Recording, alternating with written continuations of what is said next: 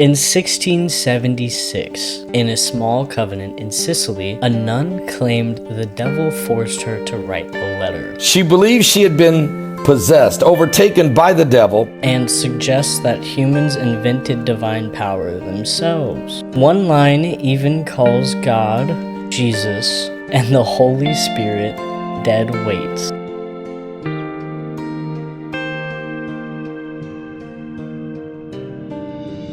Welcome back to the Midnight Oil Podcast, everybody. The show where we read and discuss viewer-submitted stories about your first-hand experiences with the paranormal and supernatural. As always, I'm Keeg, this is Tab, and if you would like to submit your story for us to discuss, you can find the link in the description of wherever you are listening. Without further ado, let's burn that oil. Hell yeah. So Tab, we are back, and let me tell you, this is like premium, where we are set. We have our intro, we have our format, we're doing great, and I would love to read first, believe it or not, because we had a funny guy come in. Funny guy. We had a funny guy. All right, they want to stay anonymous, and this was submitted on March 1st of this year. As they should stay anonymous. Because, man, what the hell? Yeah, I mean, 11:46 p.m. on March 1st. First story by anonymous. Pee pee poo poo. Oh god. That was the scariest story I've ever heard. That's literally all they left. So, I didn't think that we were gonna get a troll this soon, and we're going to have to do some shenanigans where, I guess everyone can't just submit their story easily. So if you want to submit any more silly shenanigans, you probably got about a week Till the end of this episode. When you see this episode, it will by a long shot have been handled. But yes, pee pee poo poo, very funny. It was very funny. It was a great story. Couldn't believe it. Tab, why don't you bring us into the real reason that we are all here? The real reason. Really real wrestling. Guys, let me take a drink of water. Pause. Fire. Anyways, so we were talking before we started the episode a little bit, which if you want to catch some of our pre-talks, you can find us on twitch.tv/Midnight Oil Entertainment. Yeehaw. And we were talking about how one of our recent videos on TikTok kind of blew up. So far we're sitting at 18K as of today, March 8th. So that's cool. And we actually had somebody kind of comment a little bit of a story on there, kind of regarding the topic of the TikTok. So reached out to him and we were like, hey, send us like the rest of your story so we can talk about it. And he agreed. So this one is from Tony on TikTok. Hey, Tony! Hey, Tone! Hey, what's going on, Tone? Oh, I'm sorry. Cheers, Tony. My good brother.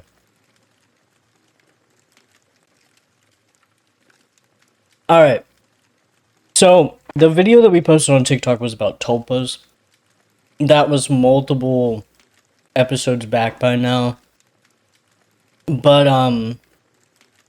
there was a lot of conversation in the comments about egregores, and specifically the story that Tony sent over was about egregores. If you don't know what egregores are, kind of the same thing as tulpas, except it's collective. So think of multiple people creating a collective thought form. So that's an egregore.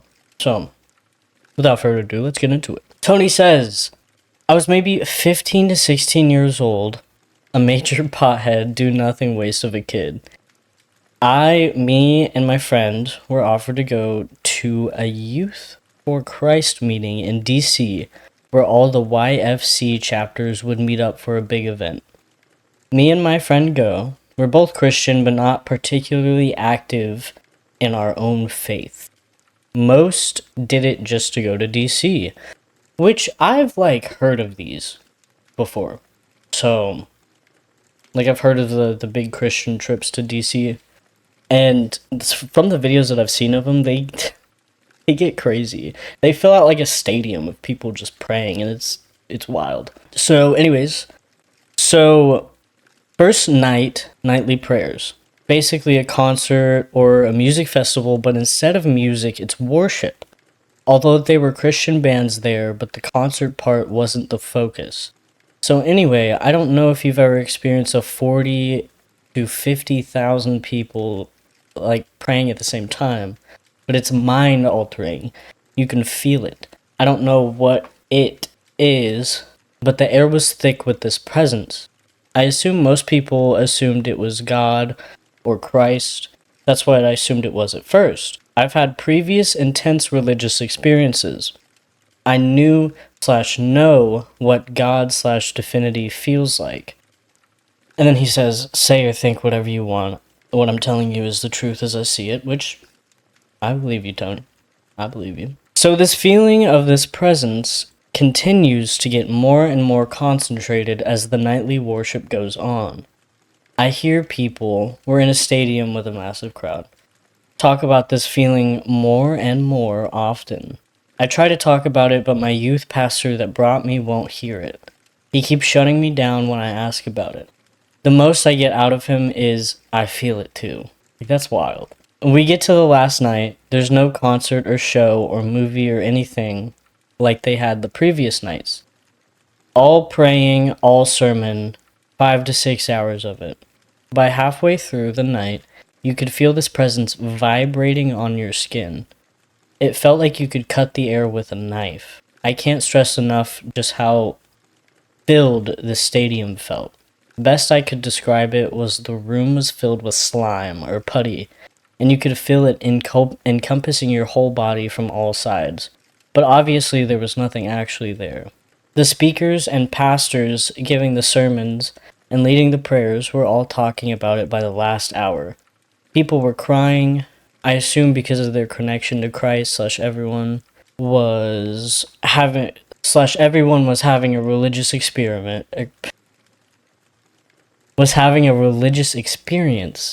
They had their arms in the air in worship. People were in it.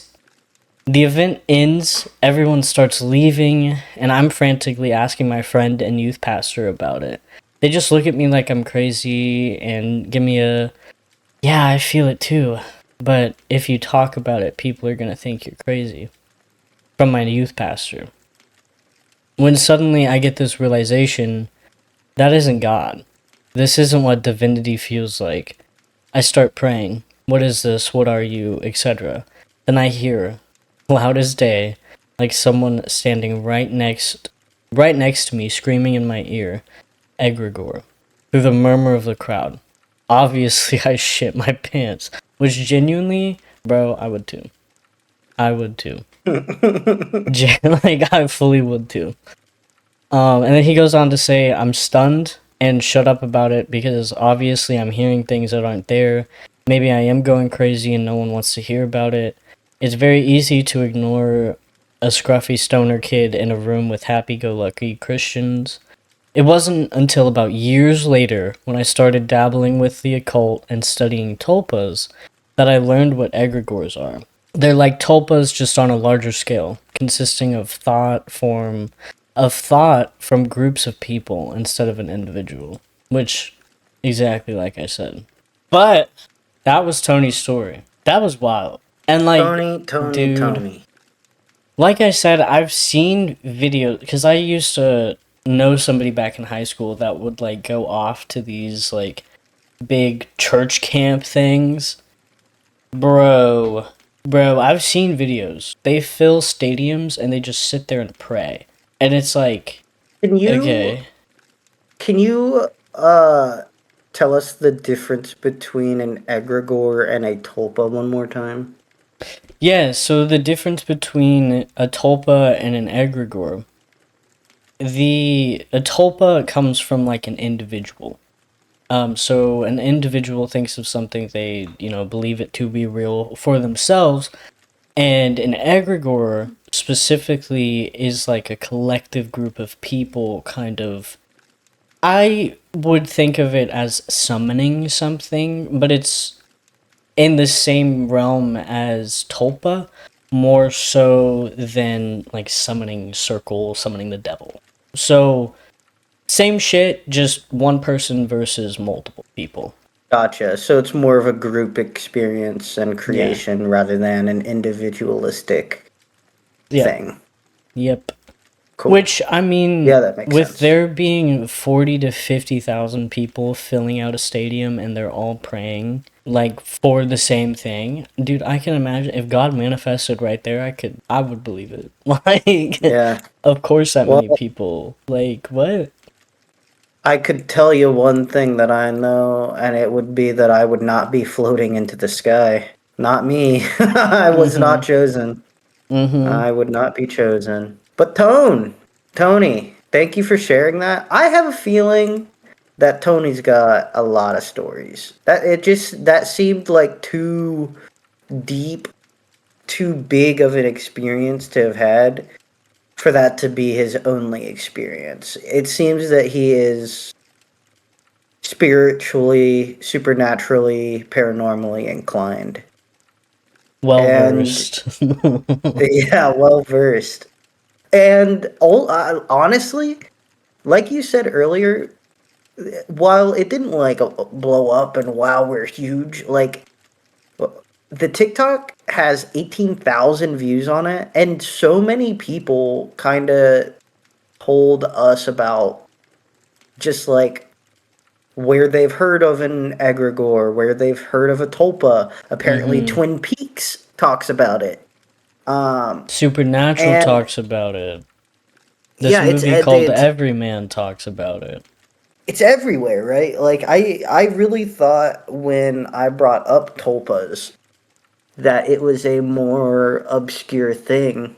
And not only have people come out and, educated both of us about it, they also, like, some people have some.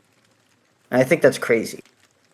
I And don't then, know if of it's true or course, not, but we got comments that were saying, like, manifesting my furry Tulpa GF, and, like, those were funny, I'll be honest. I I laughed laughed at at those. those. Yeah, Tab and I will shoot messages every now and then about comments, Mm-hmm. good or bad.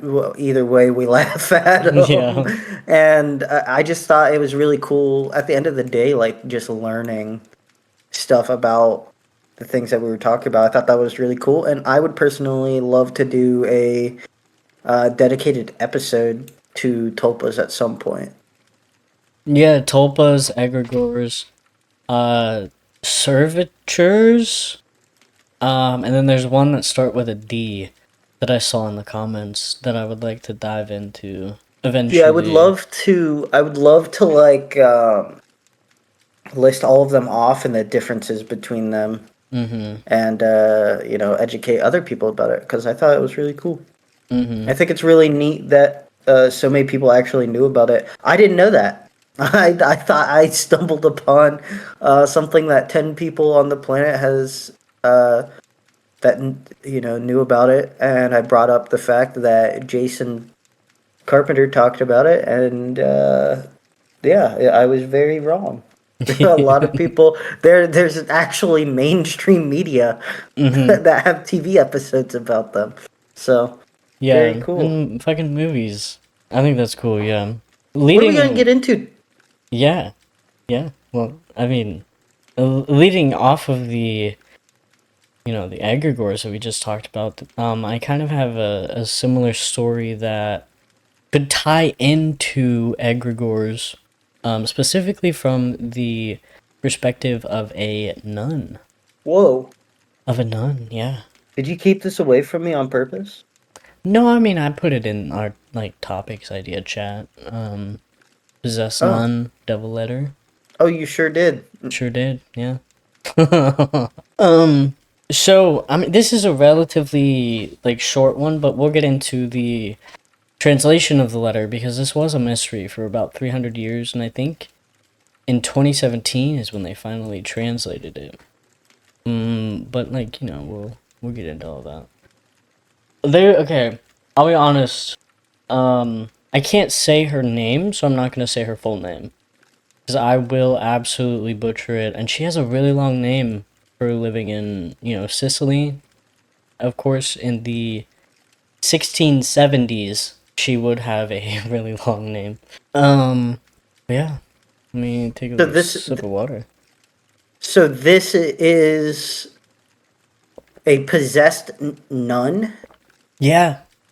Yeah, she got possessed or something of the like. It was rough. Let me tell the story and you can stop me when you have questions.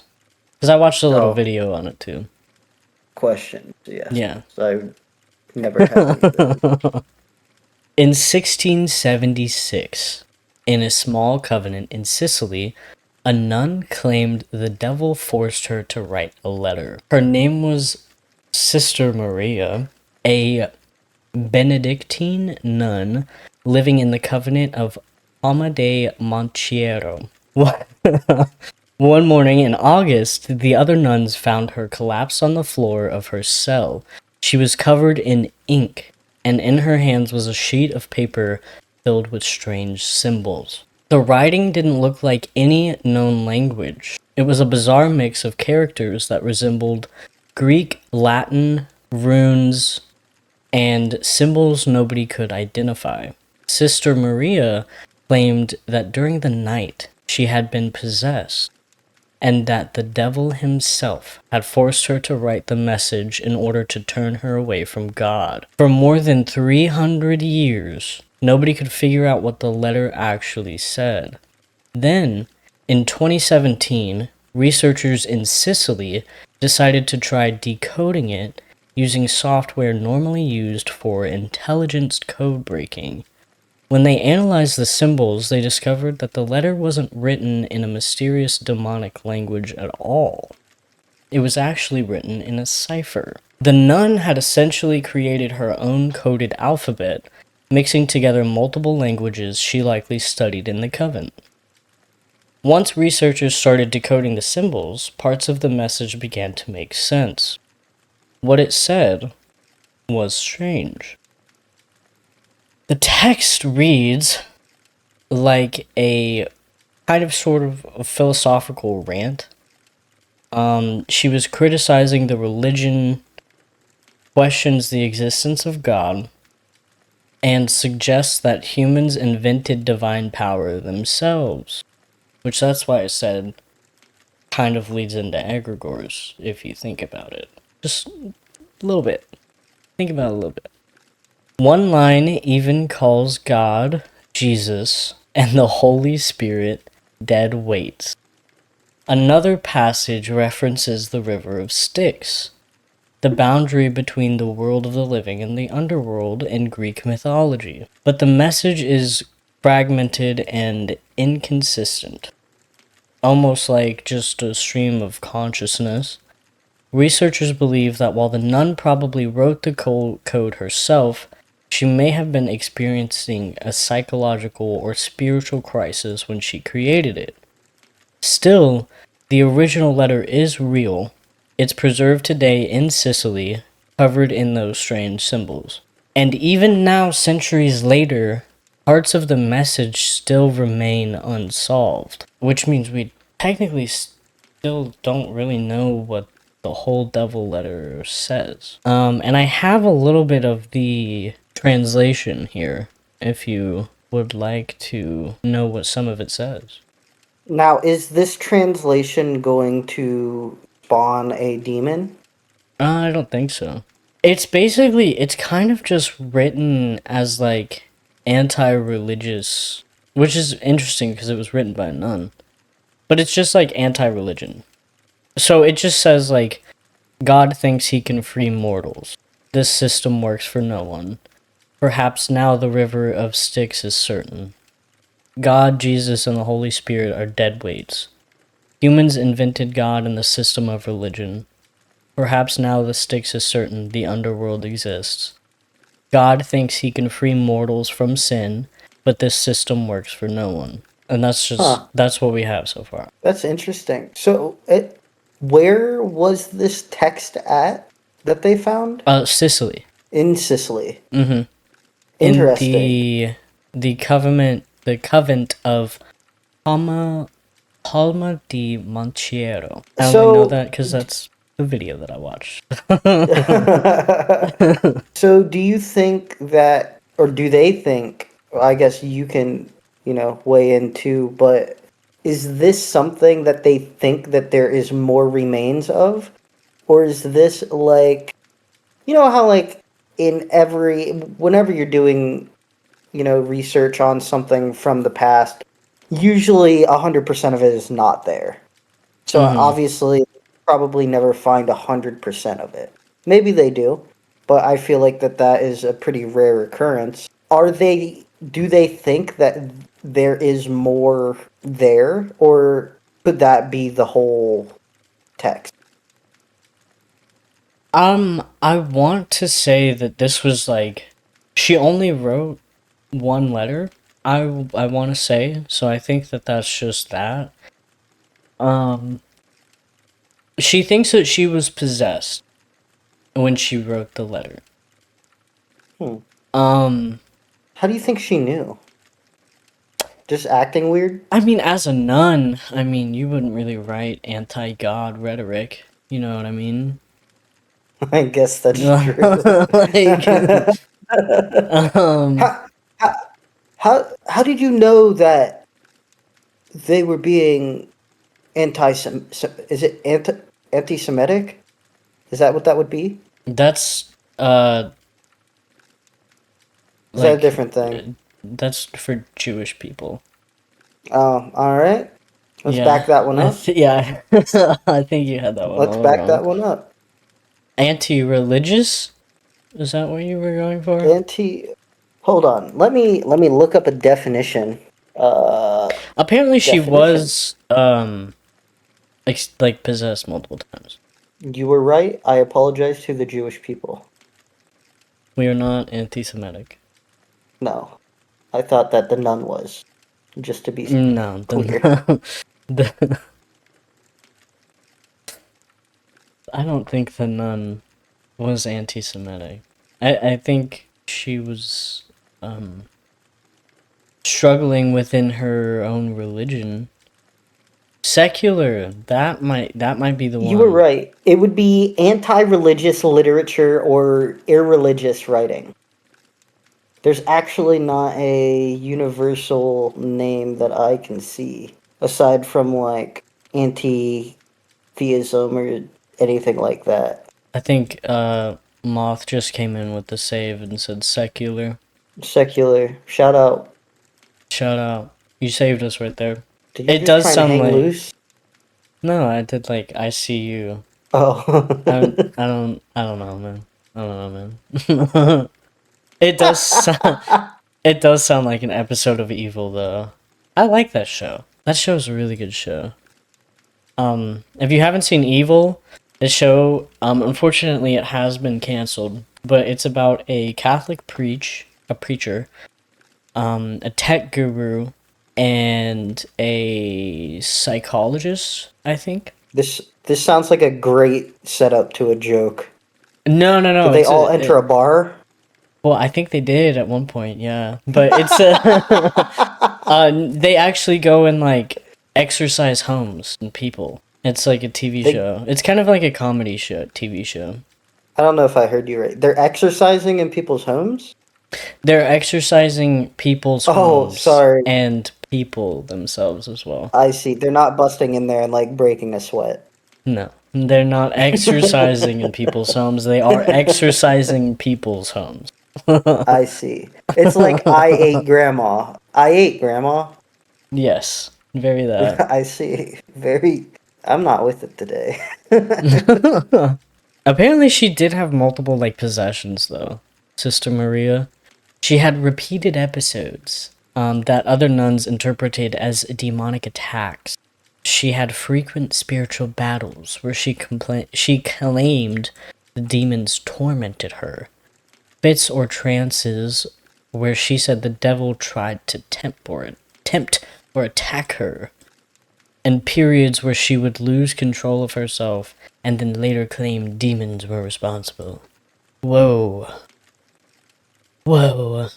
They also think she may have been schizophrenic and had BPD with psychosis, but and religious hysteria. So that's cool. Which, interestingly enough, apparently religious hysteria was not uncommon in convent environments in the 1600s. Because, I mean, what else a nun's got to do, you know what I'm saying?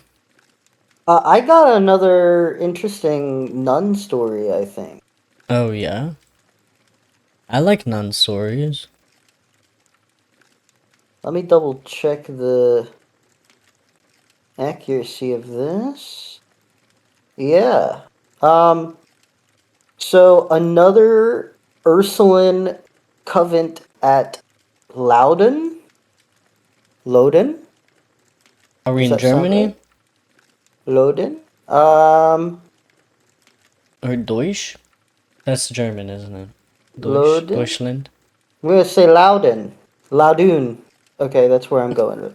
Okay. Okay, let me start over. What country? Where are we So at? What country are we in? I where's Loudun? How do you spell it? Loudun. France. Laudon. Laudon. I don't know. Loudun. Luda. Luden. Probably Ludun. Luden. Ludun. Okay, Loden. Ludun. It's Loden. Loudun. Wait, loud on? Okay. Loud on.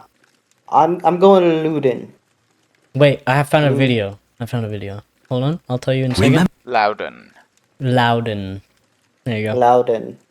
Loudon. Okay. Loudon. Okay. So in Ursuline convent at Loudon, an Ursuline convent at Loudon was hit by mass demonic possession in 1634. When the Inquisition investigated, they implicated a handsome and rich local priest, Urbain Grandier, as the man who had summoned the devils. He had remained in the area during a recent outbreak of plague when most of the wealthier residents had fled. The nuns had locked themselves up in the convent for months on end. The nuns began behaving very wildly. They were shouting, swearing, and barking like dogs. Local people turned up to watch this strange spectacle, and when asked about what they were doing, the nuns claimed that a demon, Osmodius, was responsible for their weird conduct. He was in control of their bodies and voices. Now, Grandier was implicated as the wizard behind this, even though he had never met the nuns.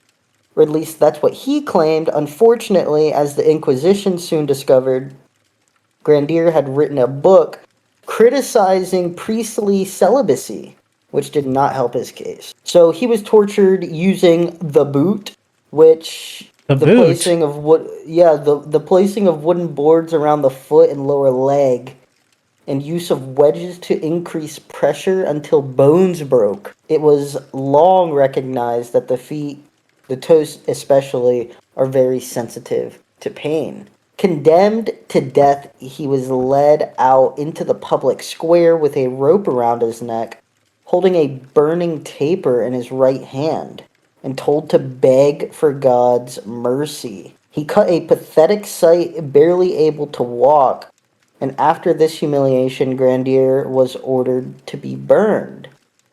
The priest made one last plea of clemency? The priest made one last plea of clemency. The judges responded that if he gave the names of his accomplices, he might be killed in a less painful manner. Grandier decided not to lie and implicate innocent people, saying he had no accomplices. W. Mans. He then tried to make a final statement, but the monks threw huge amounts of holy water in his face to literally drown out his words. And Grandier was supposed to be strangled before being burned, but the execution was botched deliberately. One suspects, and he was fully conscious when incinerated. Whoa. Yeah, that's brutal. Yikes, bro. What's up with the Yeah. fucking... What's up with, like, these nuns and, like, priests I have getting, one more. like, within... messing with the devil? Messing with the devil. Yeah, I mean, these nuns wouldn't be able to be around Bob Ross. He'd beat the devil out of it. I forgot he did. Yeah, I was like, wait, what? beat the devil out of it. I got one more. Go for it. And then I have a follow-up. Perfect. By the way, this is beardyhistory.com. Oh, okay. Yeah. Thank you, So a Beardy teenage History. nun. What? Thank you, Beardy History. Yeah, shout out Beardy History. The story starts a teenage nun, Madeline Bavent, claimed to have been bewitched by Mathurin Picard, director of the convent at Louviers, in 1647. She described being taken by Picard and a priest called Father Thomas Bouillet to a witch's sabbath, where she was married to a demon, Dagon. She was forced to commit various sexual acts on him at the altar. Madeline related that while this was happening, two men were being ritually crucified and disemboweled. The Inquisition investigated and other nuns stepped forward, also been taken to secret Sabbaths by Picard and Bouillet.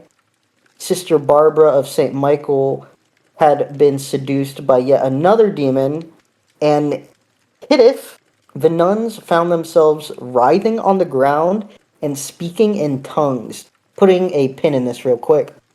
I always find it very interesting when people get possessed and they start speaking in essentially gibberish or another language. I've always found that very interesting. Like a language that they don't know. I think that that is some of the stronger evidence for like possession cases, personally.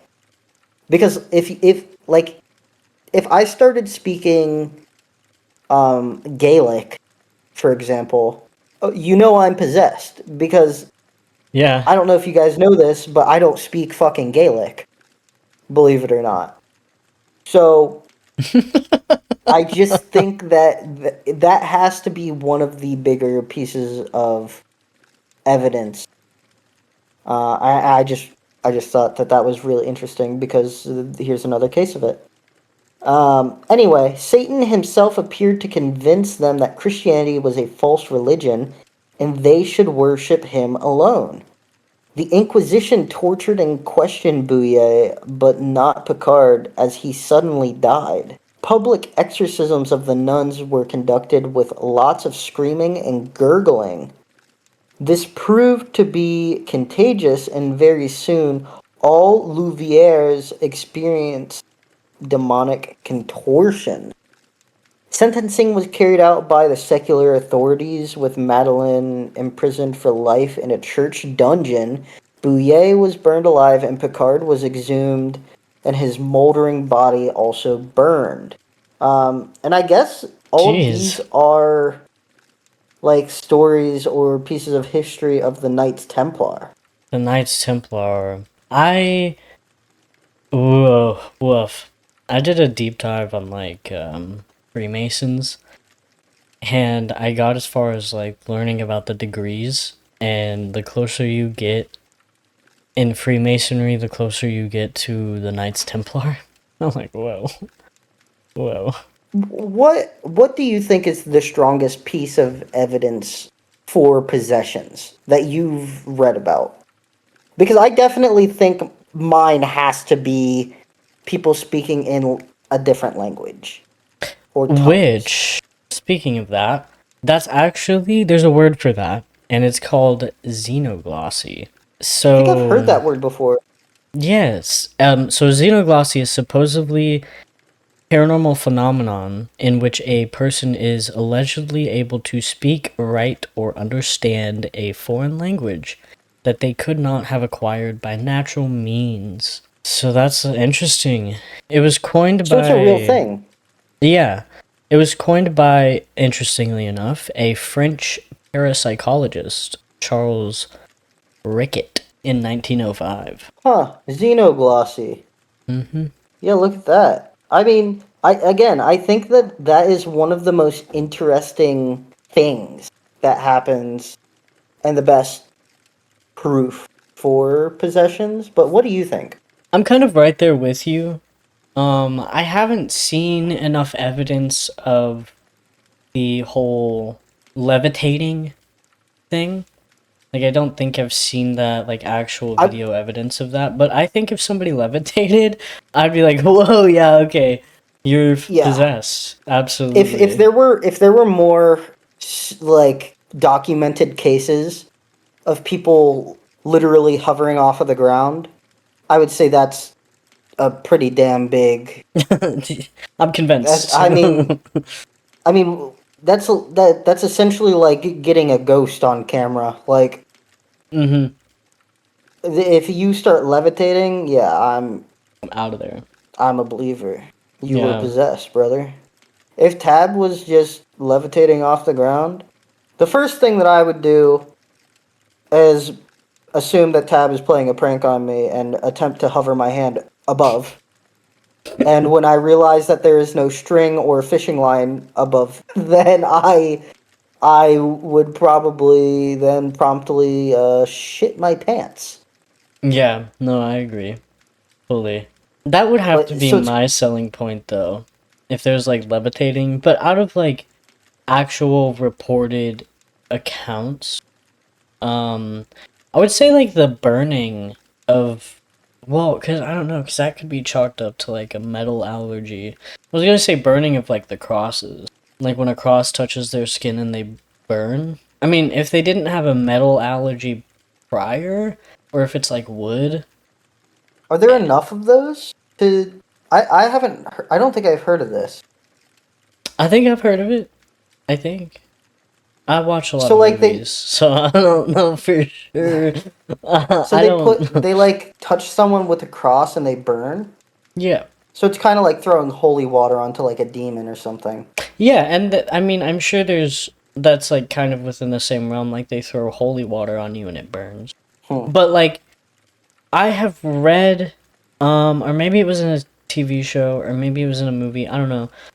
But sometimes they fake the holy water thing and they put like bleach or something in the holy Oh water, yeah, and that so would that's burn. why it burns. Yeah. Um, Have you ever encountered holy water? yes, I think so. Really? It's just water that's been Well, blessed. I know that, but I was just wondering if like you like I have mean, you I've used I've it? Have been you seen it to used? I've been to a baptism, and that's technically holy water. True. I think I want a vial. A vial of holy water.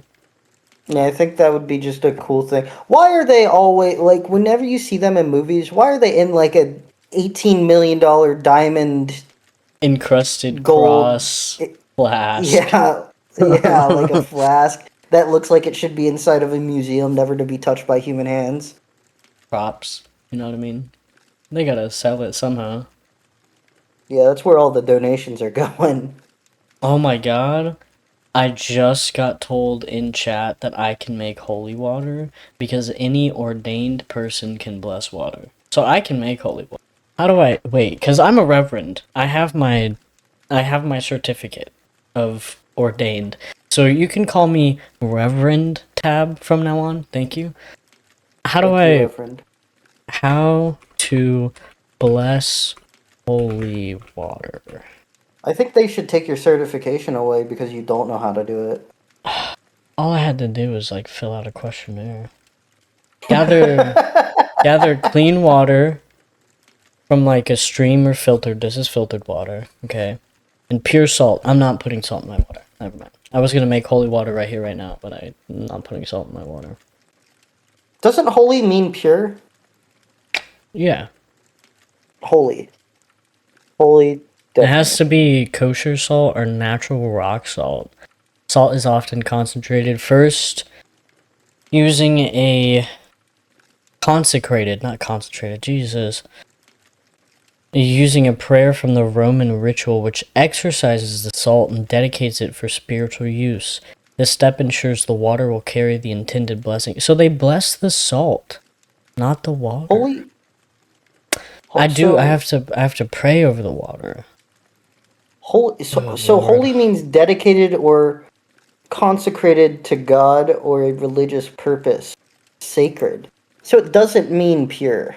I could bless my Alani if I just put some salt in it. But does it become diluted? Because I know that priest that was purifying the holy water in the Loch Ness incident that we watched, that was just insane. There's no way that him tossing his little flicks of holy water, droplets, whatever you want to call He it. should have blessed the lake. The whole lake. Dude, he should have gotten a whole bag of salt out Blessed and went it. around the lake as the priest that he is, and went around and completely destroyed all of the demons inside of the lake, is what he should have done. Yeah. I think Or that Nessie. The Loch Ness. anyone that is Poor gal. performing a exorcism or any sort of holy ritual should have to take an IQ test, I think. Because that guy, there's no way that guy knew what he was doing. He went,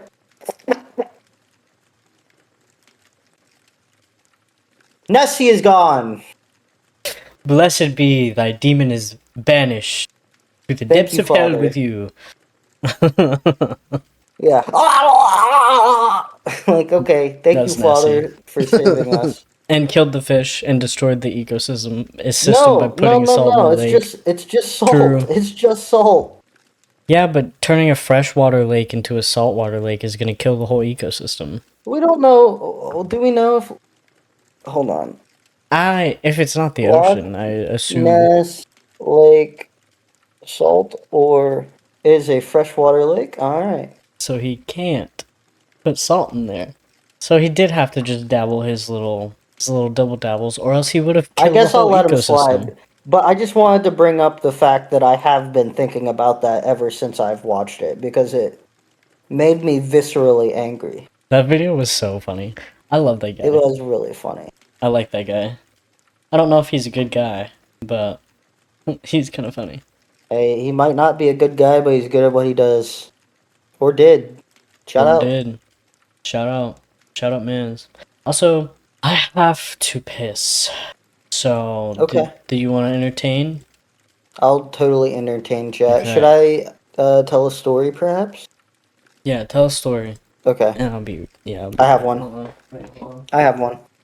So, guys, let me. Do you have your headphones on? Yeah. Okay. Will you be able to continue hearing me? Thank you. Amazing. Cool. So, guys, I worked at a bowling alley, and one of my best friends, my car blew up, and I lived like right across the street, but he was super cool. So he picked me up in his truck, and I was like, cool. I really appreciate it. The second I get into the truck, all of the electronics go bad. The gas gauge is done, the speedometer is done, the windows don't go up and down. He said that this has never happened before. And then I proceeded to get out, finally, of said truck, and I took a piece of the door off on accident. So, I accidentally EMP'd his truck, somehow, and broke off a piece of his door. And he said that he's never had an issue with the truck ever, and I very much believe him. So I just thought that was really insane. And To my knowledge, that's the first time that I've ever EMP'd something.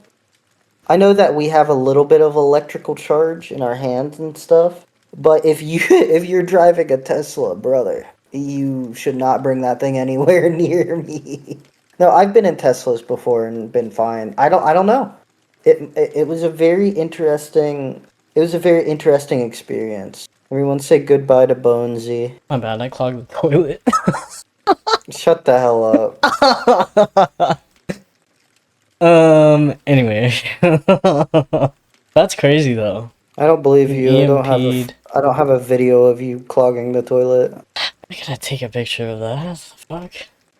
Oh, well, if I ever clog a toilet, you're getting a video of it. That's crazy.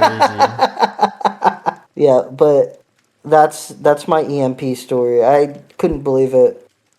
I really destroyed his car and I felt really bad. And it was not on purpose, obviously. Did it like come back or no? No. Oh. To my knowledge, it never worked again. And I think he ended up getting a new car. That's crazy.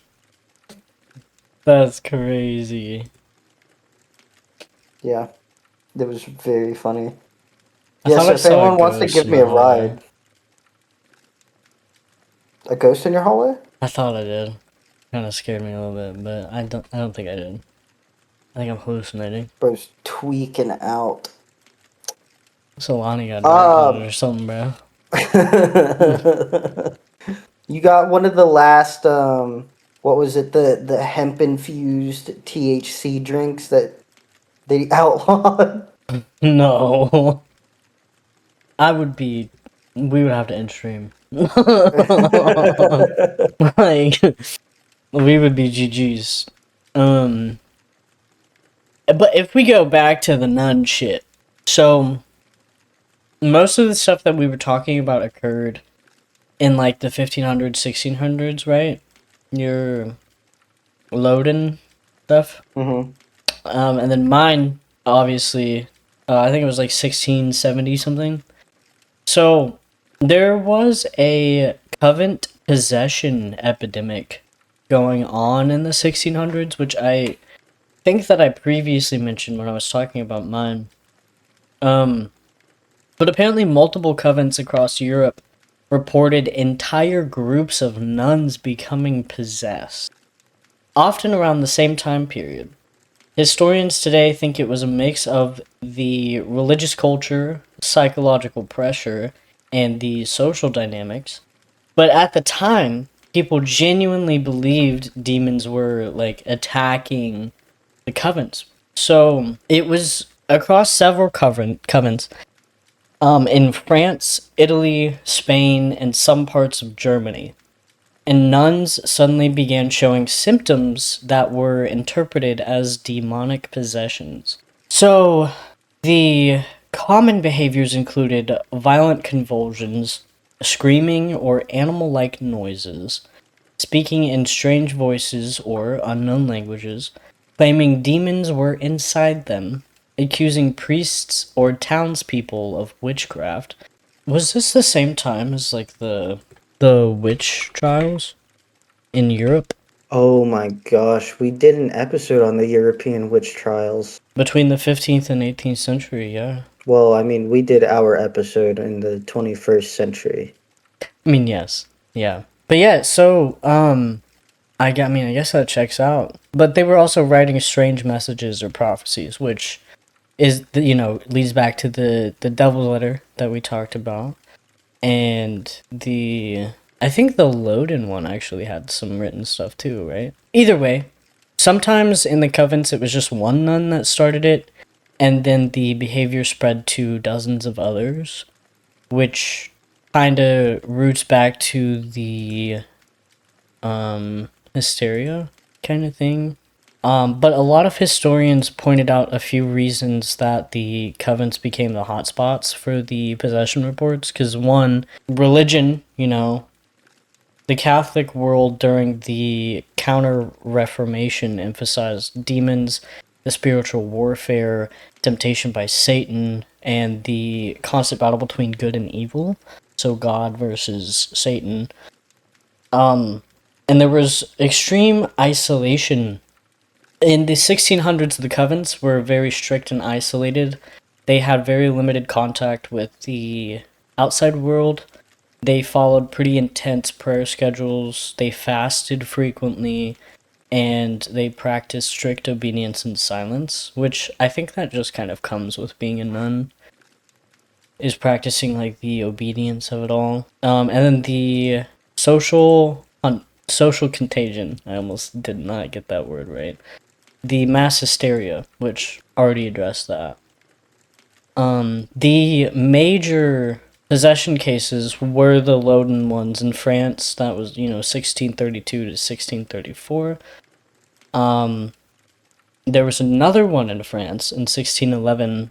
I don't know how to say this. Aix-en-Provence. Aix-en-Provence, France? Sure. It was a nun, Sister Madeline. She claimed she was possessed by multiple demons. She accused a priest of sending demons to seduce and control her, and the priest was executed for witchcraft. There was another one, Louviers, France, in 1647. Another convent where several nuns claimed demonic possession. The case involved accusations of sexual rituals with demons and priests. And a priest was, again, blamed and executed. Didn't I read that one? You read the Loudun one, right? You might have read the Louviers. Did you read two? I think I did. I did read two. Okay. Well, there were three in France. And then there was the one major one in Sicily, where the double letter case came from. A lot of the demons during this time were criticizing church corruption, accusing priests of immoral behavior, and they would give long theological speeches. What is your definition of a nun? I have the definition pulled up. I would say it's usually like a lady that basically devoted her life to the church. I know that they have to swear off marriage. They have to swear off sexual relations, and I'm pretty sure they have to live in a convent. And it's usually, I think Catholic has the nuns. So Catholicism.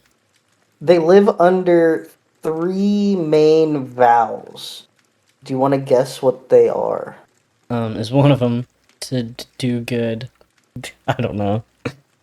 I don't know the specifics. Poverty, chastity, and obedience. Yeah, that kind of checks out. But you were right. It is a member of a religious community of women specifically. Mm-hmm.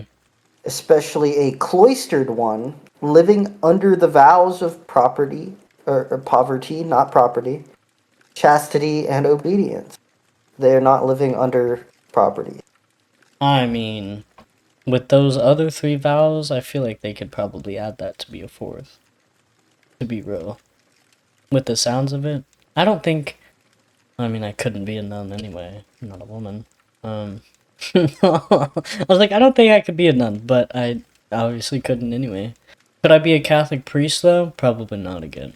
'Cause I'm gay. The masculine equivalent of a nun is a monk. I don't think I would want to be a monk. I thought about it low key, like going They're into the usually mountains. silent, right? Like they live in those silent I don't towns. think so. They take vows of silence. I think they are silent. Like I think that's part of their practice.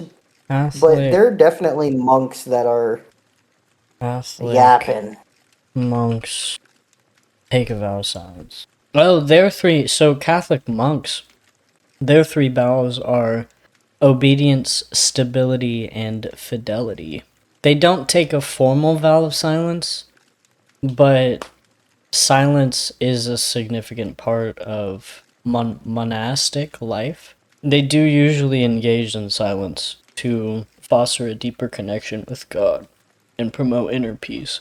That makes sense. Also, it doesn't have to, like, there's all kinds of monks and whatnot. There's, like, Buddhist monks. Help me out here. Why am I blanking?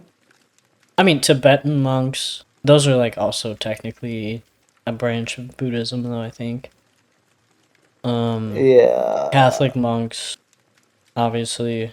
I'm sure there's freaking Christian monks. I don't know. Monks Choir can't monk. talk to women? Wait, I didn't see that. Catholic monks can't talk So to I'm already halfway to women. being a monk. They're also so Catholic monks are apparently called Trappists. Trappist? That- That's a good sign. Oh, this is wait. No, maybe they're not. Maybe I'm fucking tripping. What the fuck? What is a Trappist monk? Am I tripping? Trappist monk. What is it? Okay, Trappist monk is a member of the Roman Catholic monastic order, known for strict observance, silence, and austere living. A Trappist monk belongs to the order of Cistercians?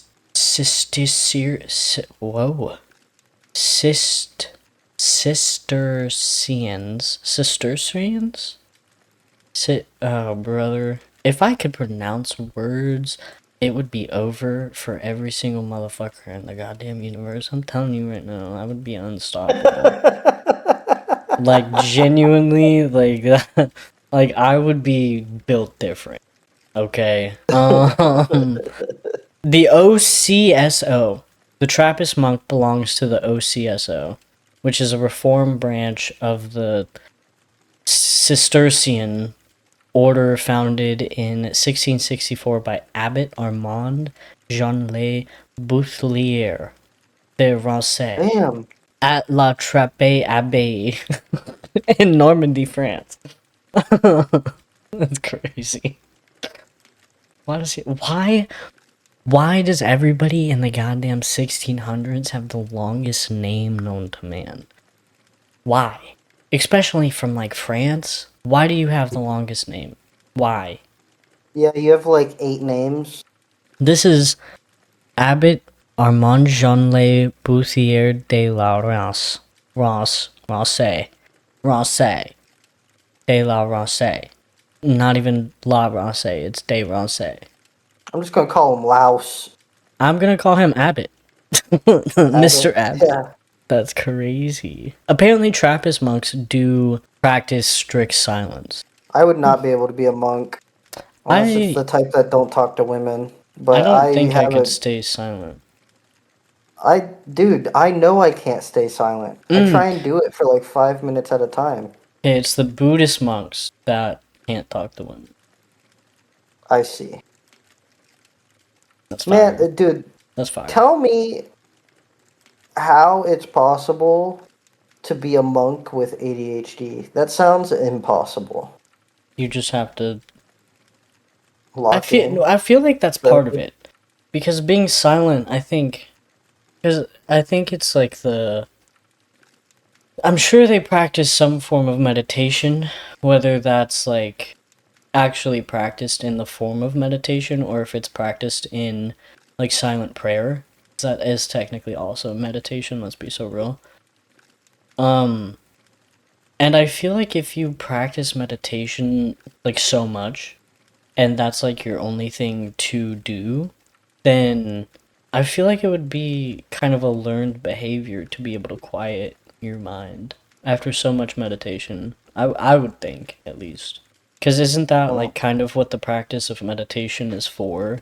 To be able to kind of come back and be present in self versus Yeah, being I in your mean, head, maybe? yeah, I think the purpose of meditation is to just kind of ground yourself and to not worry about worldly issues. Yeah. Because I used to practice, I think it was body scanning meditation, where you would like scan through your whole body and you'd be like, can I feel my head? Can I feel my neck, shoulders, arms, hands, fingers, all the way down to your toes. And you would just sit there and like scan your body and be present in your body. So like right now my feet are sitting on the shelf and it feels hard in the middle of my foot, and I can, feel my toe, and it's like you lock in on your inner, like being aware of your body, and that's where your focus goes for the moment. Meditation's fire, low key. If you can do it, it takes a lot of practice to be able to Dude, even meditate. just like practicing your breathing is insane. Like whenever I go out on a walk, sometimes I'll work on like deep breathing. Mm-hmm. I'll do like 5-7-5, where you breathe in for 5, you hold for 7, you breathe out for 5. Or like box breathing. And yeah, and I think that it's so interesting because you get this feeling of like almost lightheadedness. Maybe it's because you're holding your breath, I don't know, but it really like clears your mind. And it's Yeah. very, very powerful stuff. And so, I mean, I think circling back to like being a monk and practicing, specifically silent monks, practicing some form of meditation, then I feel like it would kind of be a learned behavior to be able to quiet your mind at will. I fear Yeah. monks don't have ADHD. Yeah, most of them probably don't. They're I holistic. couldn't. I could. I probably couldn't. Well, okay, I won't say I couldn't be a monk, but I would not be a good one. Yeah. Like I don't think I could do the things that they do simply because not because it would make me uncomfortable or because I don't want to, but because I literally like I feel the need to speak very often. Like I need like my brain needs to get the Thoughts things out. out. Yeah. Yeah. Because if they don't go out, then I just begin to like feel like I'm going to throw up. Speak freely, young blood. That's funny as fuck. That's valid though. Yeah. I don't know. I think that they also shave their heads, and even though I've done that before, I like my hair. Yeah, earlier we saw that like I can never shave my. If I go bald, it's over for me, you guys. Like actually over. Like I'm donezo. Yeah, it would not be a good time for Tab. I would look like an egghead. It'd be terrible. True. Yeah, I Okay. mean, I like my hair, but at the same time, Hair hair also is holds power. trauma though too. So Hair holds a lot of things. Do you think hair has memory like water? I know this is so far off topic. I mean, if you really want to like dig deep into that, yeah, absolutely. Because I think hair's your alive. your hair and your spine hold the drugs the longest. Hair holds trauma, but pressure makes diamonds, King. True facts. True facts. That's Do we have funny. anything else on nuns to tie back in? I don't necessarily have anything more about nuns, no. No. All I know is that there is a nun in the movie The Nun, which I have not watched. Fire movie, but it's not based on anything true. So this episode we talked about egregores and the differences between egregores and tulpas. We talked about the possessed nuns of essentially France, the And big Italy. and Italy, the Yeah. big ones of the. Are those both European? Yeah. I think, yeah. Okay, yeah, of the Italy and European. France are over in the EU, yeah. All right. Yeah. And we were talking. I think that again, I want to circle back to it because I think it's just such an interesting thought of the biggest pieces of evidence for possessions being that xenoglossy. Yes. Xenoglossy. I think xenoglossy is a very strong piece of evidence. Um, the fact that people just start speak. Oh, excuse me. Speaking, the firecrackles are beautiful. Thank you. But the fact that they claim they're possessed, and during their possession, they begin speaking a language that they didn't previously know, I think is so interesting. Like, that feels so supernatural to me. And like you said, obviously, if you see someone levitating, then I would just believe the possession then and there. But I've never seen anyone levitate or any good evidence of it either.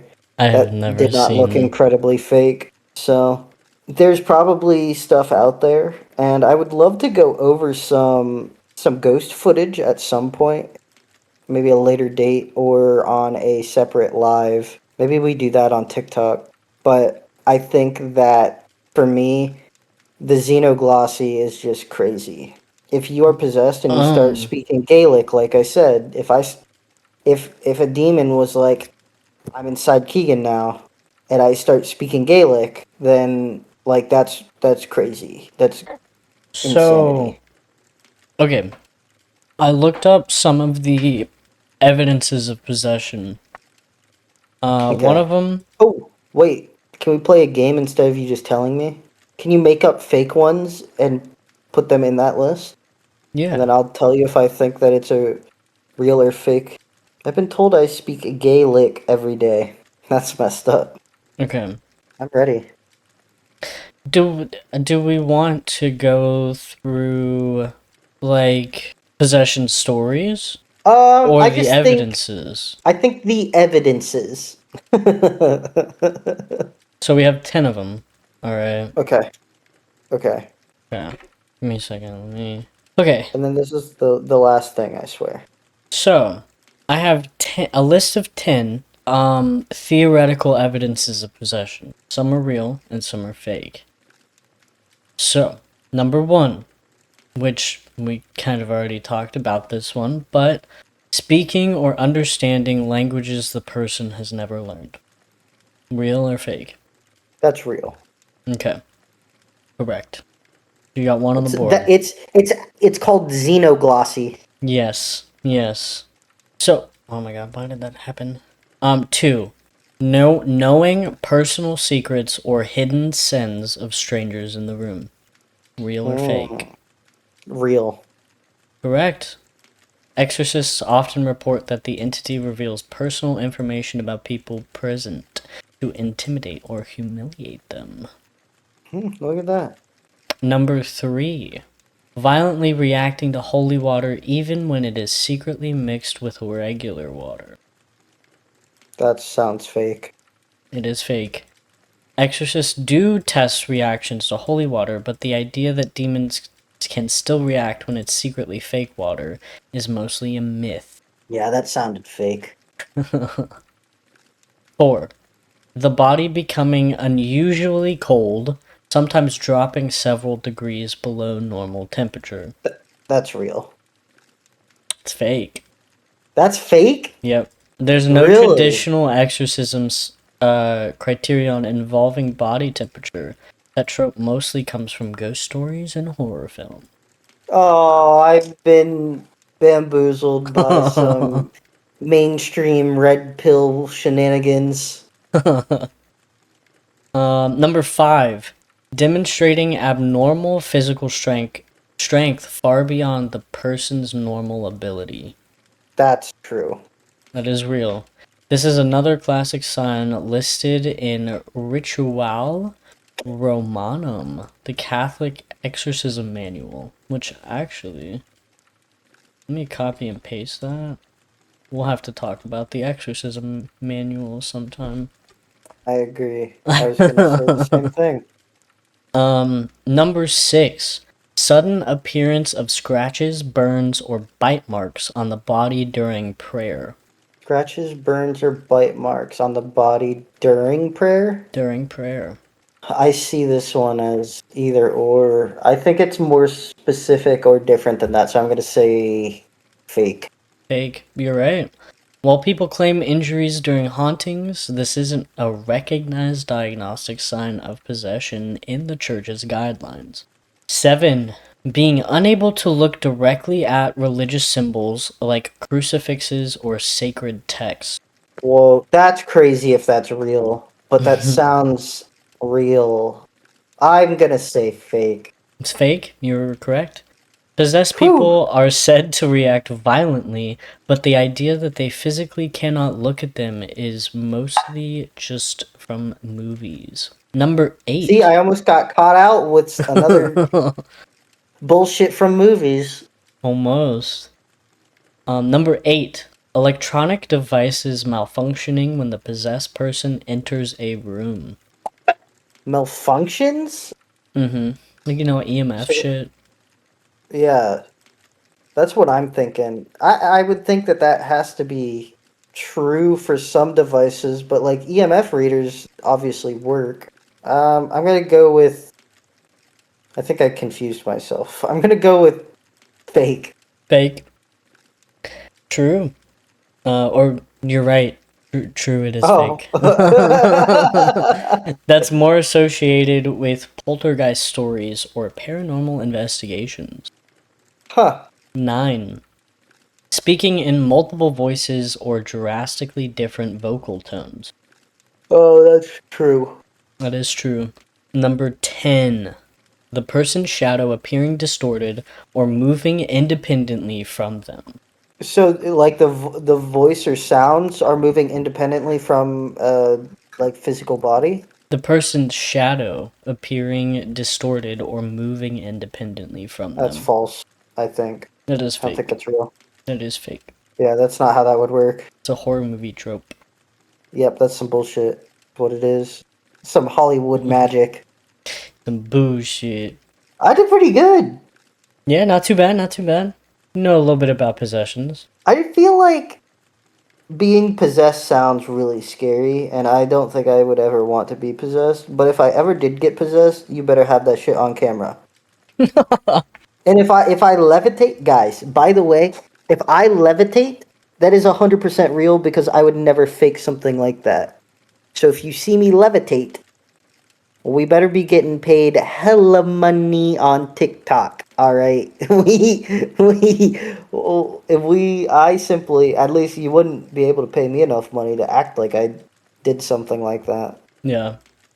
Whenever we go and do like our ghost hunts and shit, we don't plan on faking anything. We're not gonna be ghost We adventures. don't I'm plan not on gonna. faking anything. I will not fake anything unless it is for such a disrespectful amount of money to the entire community. You would have to pay me a very large amount of money to where I would not care about what anybody says, whether it is real or fake. I just don't. I think I have.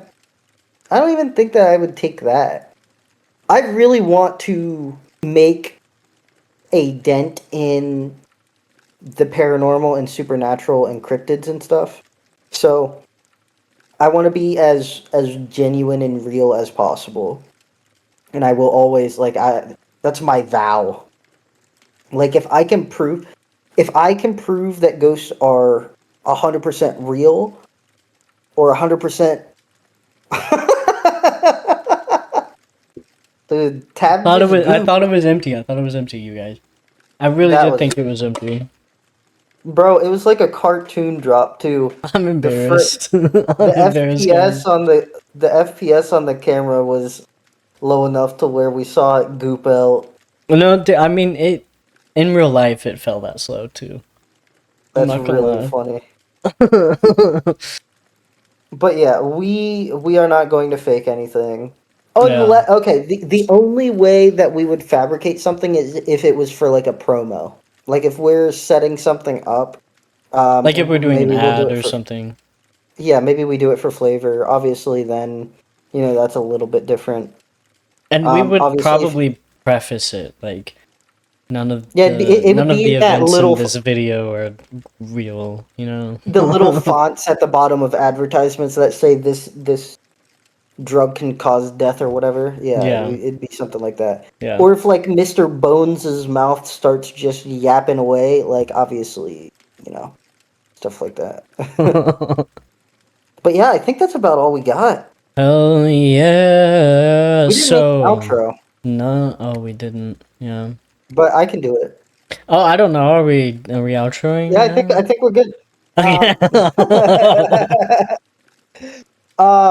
Guys, thank you so much for tuning in for another episode of Midnight Oil. You can follow us anywhere on the internet at Midnight Oil Entertainment. Midnight Oil Podcast. Midnight Oil Podcast is our Spotify and anywhere that you get podcast handles, as well as on YouTube to watch our edited podcast episodes, which episode 2 is now up. We will be uploading those a little bit more frequently. We were going to do one a week, but then we would be multiple weeks behind. We're not doing that. We have changed what we are going to do. So be on the lookout for the edited versions of the episodes. You can go to Midnight Oil VODs to check out the entire stream, and check out Midnight Oil Entertainment on Sundays to catch us live. We do these episodes live, so if you have any stories that you'd like to submit, you can submit them in the links wherever you are listening, or you can come in live and we'll read them then. Guys, my